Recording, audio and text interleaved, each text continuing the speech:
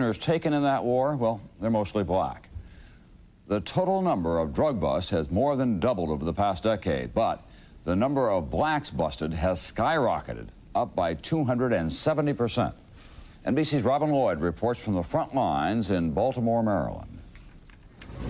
Even during the day on a street corner in southwestern Baltimore, undercover cops are making arrests.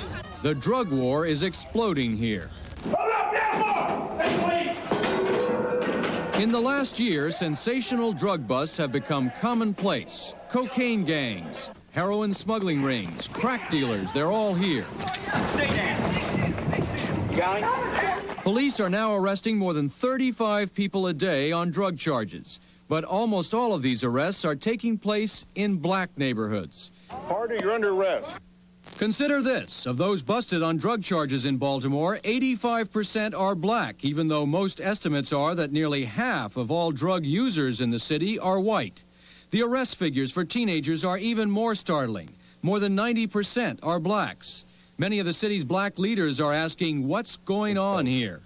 Racism is certainly involved, no question about that. Circuit Court Judge Kenneth Johnson says he believes the war on drugs is racially biased, and he's called a grand jury to investigate why so many blacks have been picked up. It's not my position that we should not be arresting these people. We should, but we should also arrest and convict the wholesaler, the supply, and we're not doing that, and these people are basically white. But look at this, a drug deal on a street corner in broad daylight. Police say in many black communities, crack cocaine is sharply on the rise, and the deals are highly visible. Blacks stand on street corners, and they're exposed, and so therefore, as they're making these transactions, they are easy targets for the police. Easy targets, these policemen say, that make impressive arrest records. Community leaders are outraged. We have policies that have sucked money out of housing programs and out of education programs and health care programs while we have put money into this so-called war on drugs. It's no more than a war on young blacks.